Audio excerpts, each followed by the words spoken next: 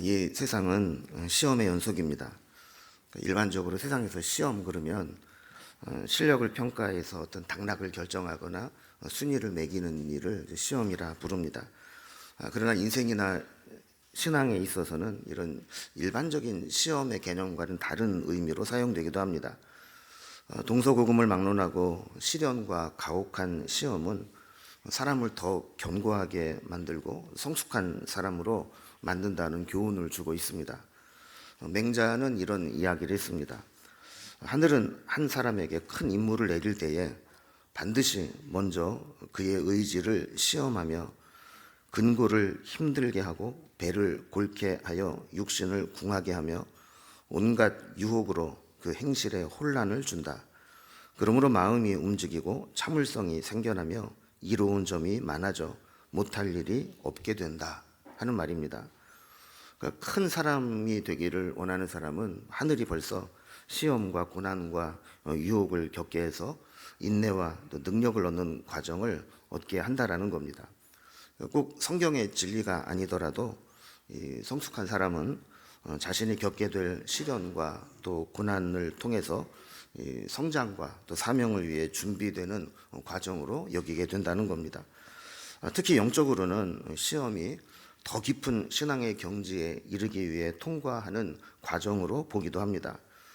대표적인 예로 아브라함 같은 경우는 그의 독자 이삭을 하나님께 바쳐라 그랬을 때 여기에 순종함으로 믿음을 증명하게 되었고, 욥 같은 경우도 재산과 가족을 다 잃고 온몸이 만신창이가 되어도 믿음을 지켜내는 것들을 보면서 이런 사람들이야말로 비범한 믿음의 소유자구나 검증받게 된다는 겁니다.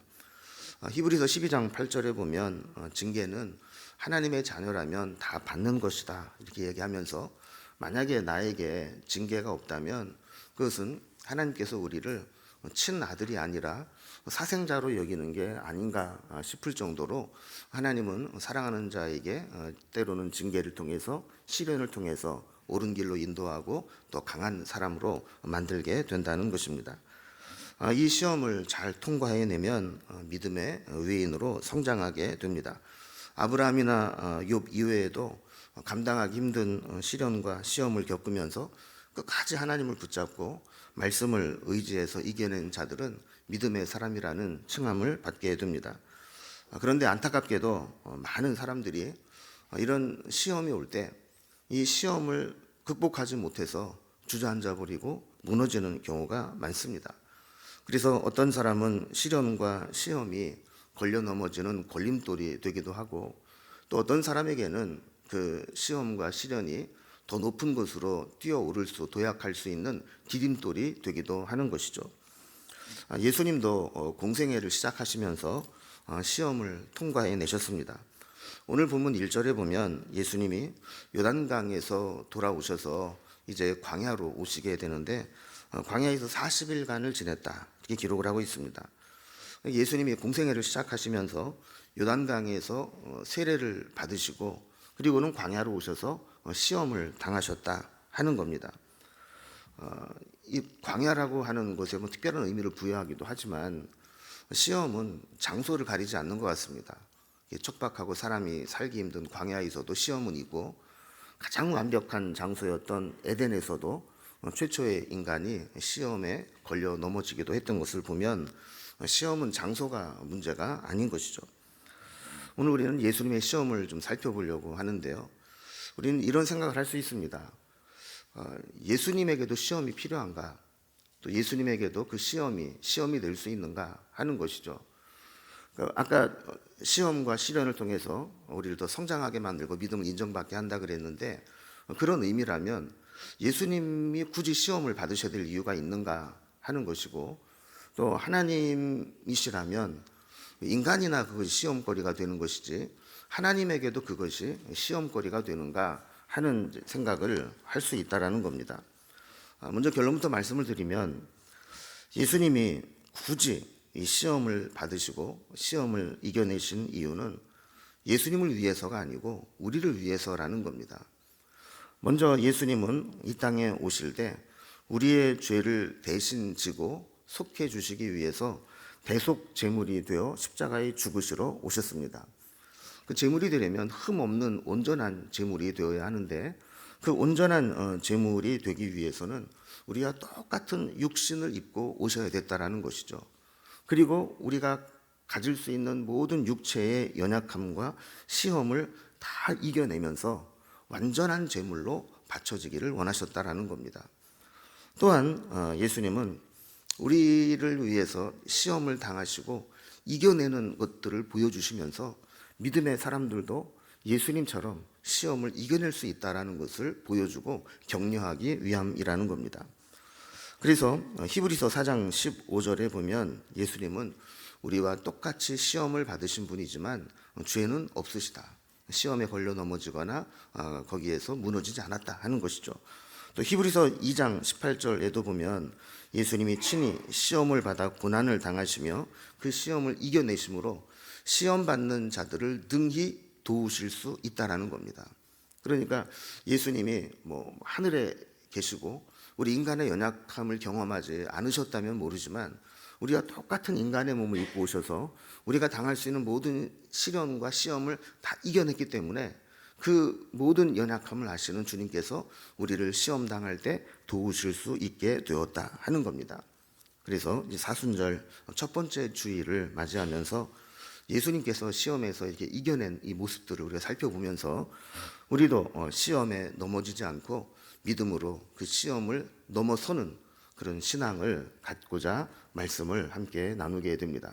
자, 그렇다면 우리가 시험에 넘어지지 않고 믿음으로 넘어서기 위해서 어떻게 해야 되는가? 몇 가지 오늘 살펴보려고 합니다. 오늘 첫 번째로는 시험 중에도 성령의 충만함을 받아야 한다는 겁니다. 오늘 말씀을 잘 읽어보면 좀 이렇게 특이한 표현이 나옵니다. 예수님이 시험을 받으시는데 시험하는 주체가 둘로 나누어져 있는 것을 보게 되죠. 자, 2절에 보면 예수님께서 시험을 받으시는 것이 마귀에게 시험을 받으시더라 그랬습니다. 그런데 1절 말씀을 보면 성령의 충만함을 입어 성령에게 이끌리시며 마귀에게 시험 받았다 그럽니다. 시험의 주체가 마귀가 된다면 그것은 유혹이 됩니다.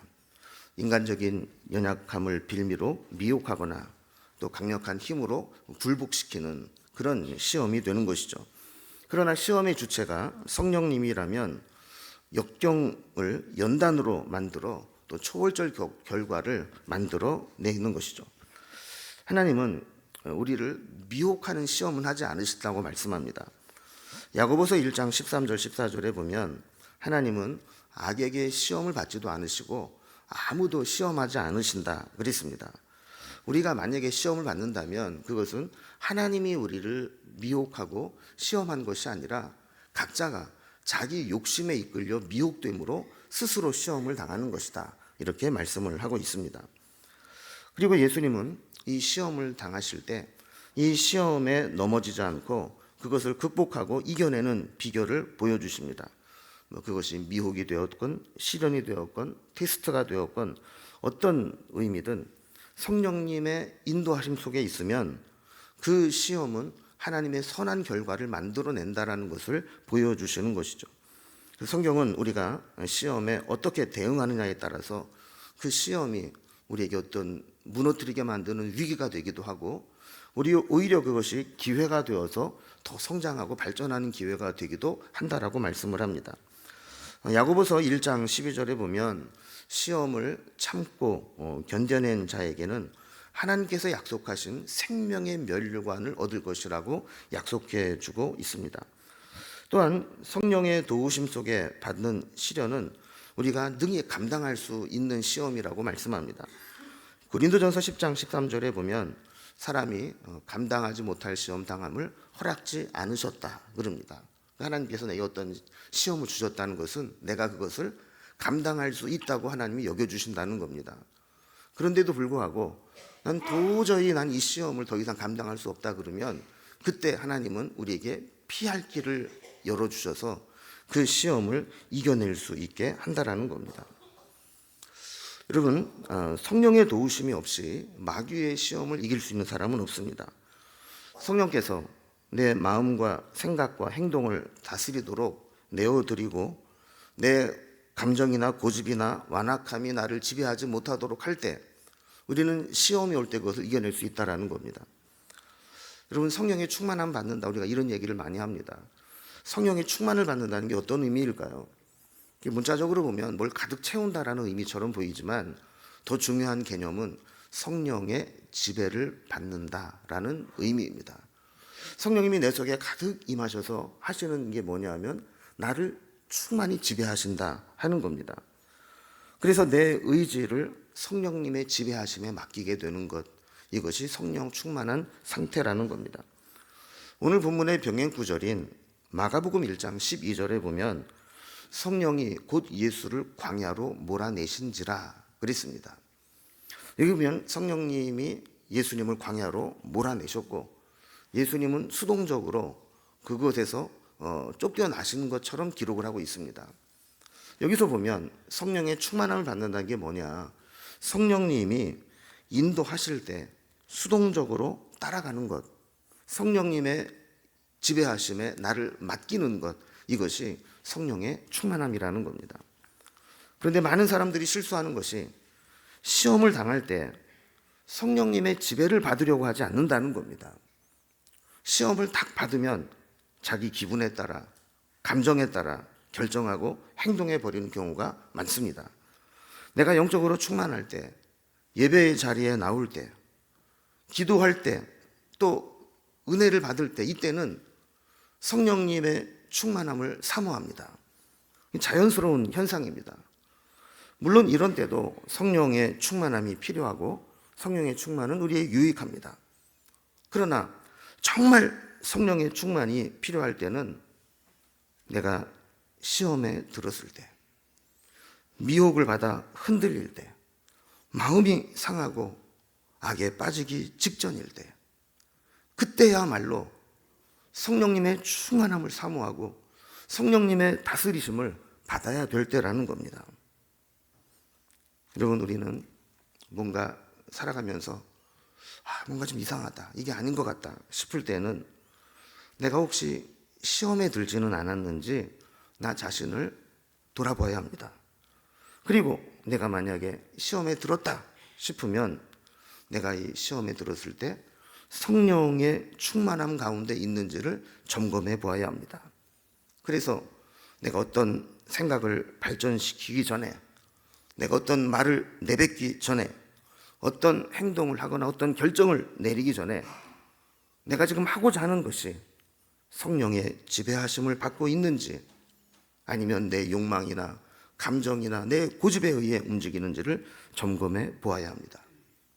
그렇지 않으면 시험을 이겨낼 수도 없고 그때 했던 잘못된 선택과 행동으로 인해 돌이킬 수 없는 피해를 보게 되기 때문입니다. 우리는 시험 중에 지금 성령님이 나를 붙드시고 계시는가, 내가 성령님의 지배하심 가운데 있는가, 이거를 반드시 점검해 보시기 바랍니다. 두 번째로, 우리가 시험에 넘어지지 않고 시험을 극복하기 위해서 필요한 것은 마귀의 시험을 결코 우습게 보면 안 된다는 것입니다. 시험은 싸움과도 같습니다. 싸움에서 중요한 개념 중에 하나는 지피지기입니다. 먼저 우리를 쓰러뜨리려고 흔들고 시험하는 마귀가 어떤 존재인지를 잘 알아야 합니다. 마귀의 시험과 싸워내는 것은 투명 인간과 싸우는 것과 같습니다. 그리고 보이지 않는 상대와 싸우는 것이 얼마나 어렵습니까? 마귀는 또한 우리를 시험할 때 최선을 다합니다. 사자는 토끼 한 마리를 사냥할 때도 최선을 다한다는 말이 있습니다. 마귀 역시 우리를 시험하여 무너뜨리려고 할 때 최선을 다합니다. 대충 오지 않습니다. 우리가 다음 단락에도 살펴보겠지만 우리의 약점과 문제의 핵심을 정확히 파악해서 그 연약한 고리를 공격해 옵니다. 그래서 약한 고리 이론이라는 것이 있습니다. 사슬이 있는데 이 사슬의 강도는 가장 약한 고리에 달려있다는 겁니다. 다른 사슬들이 아무리 강력하게 연결되어 있어도 녹이스럽거나 갈라져 있거나 거의 끊어져 있다면 그 사슬의 강도는 가장 약한 고리에 한정된다라는 것이죠. 그 이상 넘어갈 수 없습니다. 사람이든 공동체든 약한 고리가 있습니다. 어떤 문제는 아무리 찔러도 꿈쩍도 하지 않는데, 어떤 문제는 조금만 건드리면 폭발을 해버리고 마는 그런 약한 고리가 있다는 겁니다. 공격하는 입장에서는 그 약한 고리를 발견해서 집중적으로 공략하는 것이 효과적일 것이고, 방어하는 입장에서는 그 약한 고리를 노출을 하지 않고 관리를 잘 해야 될 것입니다. 마귀의 장기는 우리의 약한 고리를 잘 발견하고 그것을 집중적으로 공략하는 것입니다. 우리가 만약에 이 약한 고리를 소홀히 생각하고 보완하지 않는다면 우리는 그것 때문에 끊어지고 무너질 수밖에 없다는 것이죠. 정작 우리는 이 마귀의 시험을 우습게 여기는 경향이 있습니다. 마귀는 우리의 뿌리 깊은 죄성에 기생하면서 그 깊은 곳에서 우리를 흔들고 시험하기 때문에 시험을 당할 때 어지간해서는 그것을 이겨내거나 물리치기가 어렵습니다. 마귀의 시험을 당하면 엄청난 혼란을 겪습니다. 그 시험을 이겨내지 못하고 무너지게 되면 때로 이 땅에서 지옥 같은 고통을 겪기도 합니다. 영적 분별력이 없는 사람들은 이 마귀의 시험을 대수롭지 않게 여깁니다. 별로 의식하지도 않고 대비하지도 않습니다. 더 심각한 것은 시험에 든 자가 자신이 시험에 든 것조차 모르는 경우가 많다는 겁니다. 옆에서 지켜보는 입장에서 보면 저 사람 정말 큰 시험 들었네. 믿음으로 이겨내야 될 텐데 안타까운 마음으로 기도해 주는데 정작 자신은 마귀의 시험을 받아서 마귀가 이끄는 대로 흘려다니는 데를 그것을 모르고 있다라는 겁니다. 왜 이런 모순에 빠지게 될까요? 자기는 마귀의 시험에 빠질 만큼 어리석지 않다는 교만함 때문입니다. 내가 마귀의 시험에 빠진다고 택도 없는 소리지. 이런 마음을 가지고 있는 사람은 결코 마귀의 시험을 분별하지 못합니다. 여러분, 마귀는 하나님의 아들 예수 그리스도도 시험하는 자입니다. 무식한 도깨비는 부족도 못 알아본다고 우리 감히 하나님의 아들인데도 불구하고 하나님의 아들 예수 그리스도에게도 시험하겠다고 단단히 준비해서 나가는 게 마귀입니다. 마귀는 패배해도 완전히 포기하지 않습니다. 오늘 보면 13절 말씀을 보면 마귀가 모든 시험을 다한 후에 얼마 동안 떠나니라 그랬습니다. 완전히 도망간 게 아니라 얼마 동안 떠났다는 거예요. 이거를 공동 번역 성경에서는 이렇게 번역을 했습니다.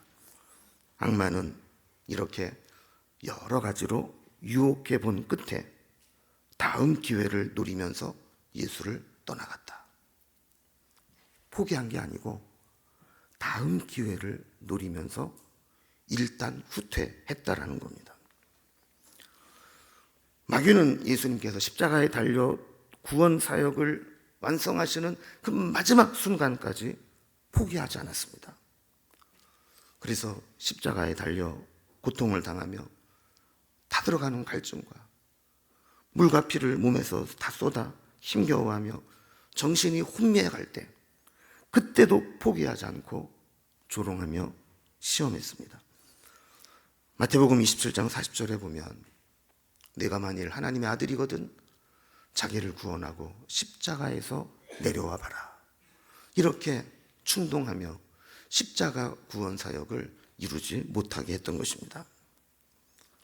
마귀가 예수님에게도 이렇게 집요하게 시험해 왔다면 우리야 얼마나 쉬운 상대이겠습니까?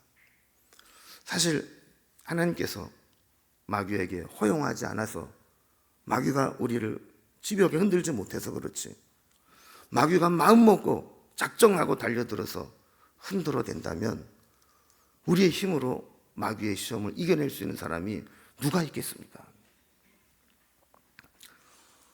예수님은 이 마귀의 시험을 받을 때 말씀으로 마귀의 시험을 물리치셨습니다.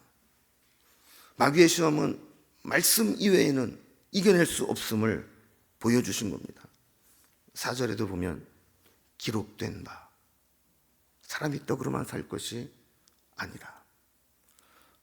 8절에도 보면 기록된 바, 주 너의 하나님께 경배하고 다만 그를 섬기라.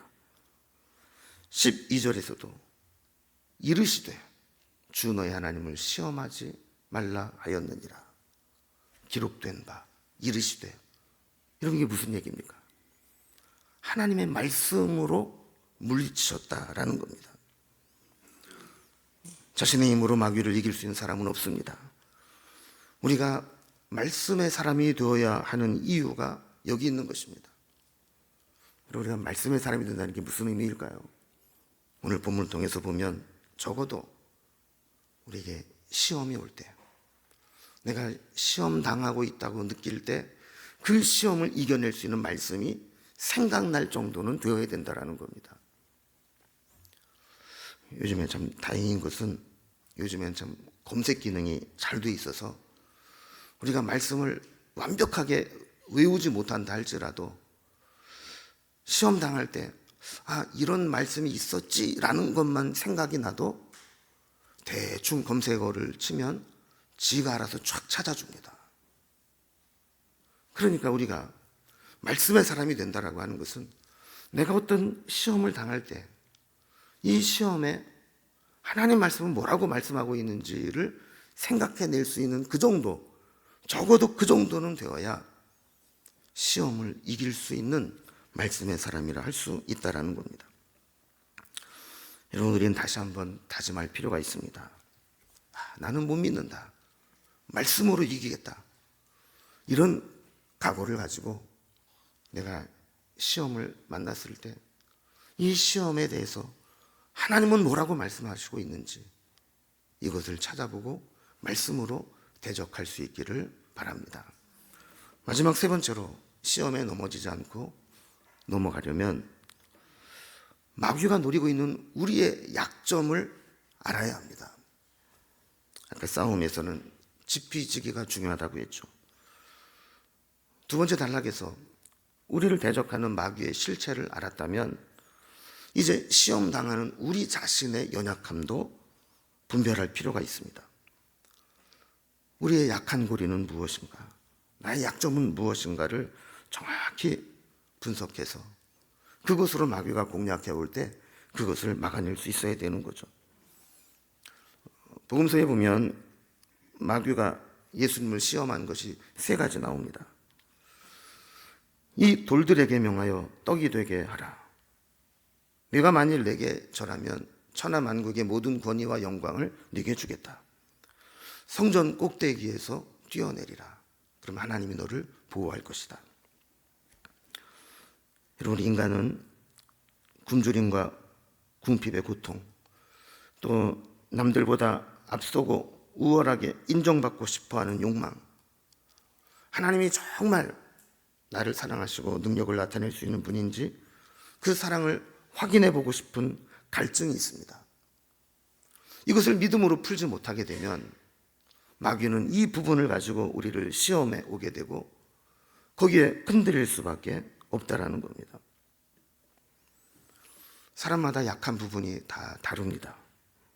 또 마귀는 한 번 이겨냈다고 해서 그 시험이 끝나는 것도 아닙니다. 고린도전서 10장 12절 말씀과 같이 선줄로 생각하는 자는 넘어질까 조심하라. 우리가 한번 시험에서 이겼다고 해서 잠깐 방심하는 순간 우리는 넘어지게 된다는 겁니다. 시험의 내용을 잠깐 살펴보면 돌이 떡이 되게 하라 하는 시험은 단지 이 배고픔을 해결하라는 시험이 아닙니다. 여러분, 마귀가 그렇게 미련한 존재가 아닙니다. 만약에 예수님이 배고픔을 이기지 못해서 그 시험을 당한다고 한다면 돌덩어리 보여주면서 그 돌로 떡을 만들어 먹어라 이렇게 했겠습니까? 고기를 구워서 냄새를 풍기든지 하다못해 라면이라도 한 사발 끓여가지고 보여주면서 이거 먹고 싶지? 이렇게 시험하지, 돌덩어리 보면서 그거 떡으로 만들어라 이렇게 했겠느냐는 거예요. 그렇다면 이 시험의 핵심은 뭘까요? 마귀의 시험의 핵심은 바로 그 앞에 있는 내가 만일 하나님의 아들이거든 이라는 것입니다. 마귀는 예수님이 하나님의 아들이라는 사실을 분명히 알고 있습니다. 또한 마음만 먹으면 그 돌들을 다 떡으로 만들 수 있는 능력이 있는 것도 알고 있습니다. 그래서 마귀는 예수님에게 시험하는 겁니다.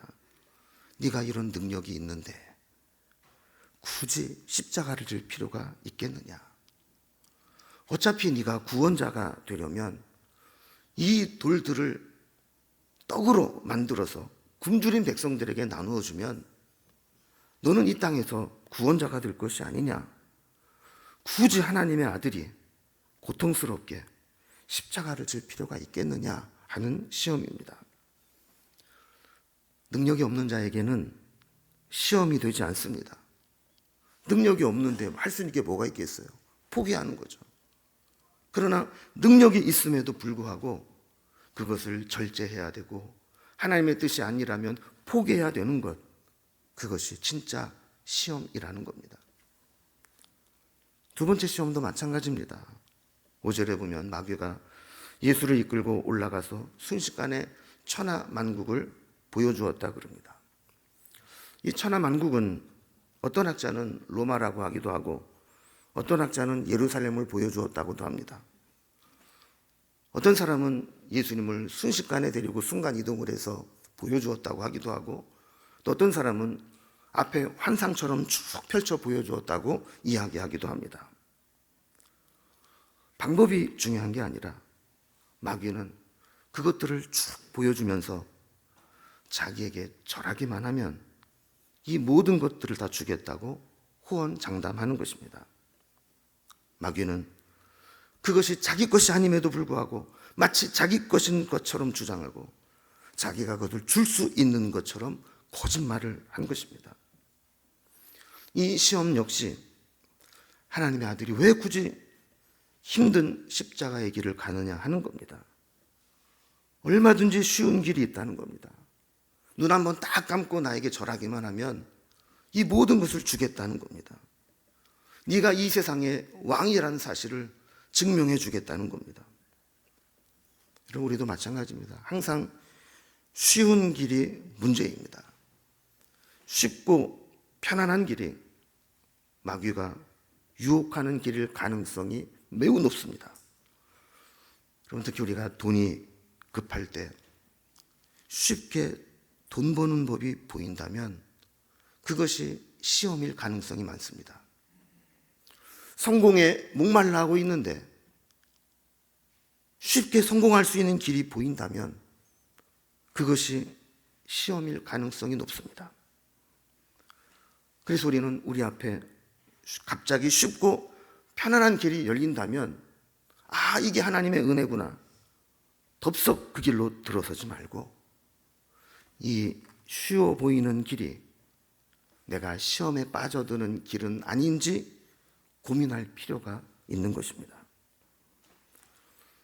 세 번째 시험은 뭡니까? 사람들이 원하는 인기, 명예를 주겠다는 미끼입니다.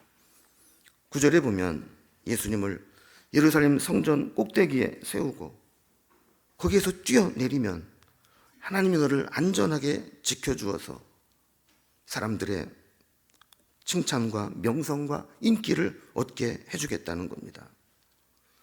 이런 영웅적 행동은 자기를 드러낼 수는 있지만 그것이 하나님의 뜻을 이루는 것과는 아무런 상관이 없는 겁니다.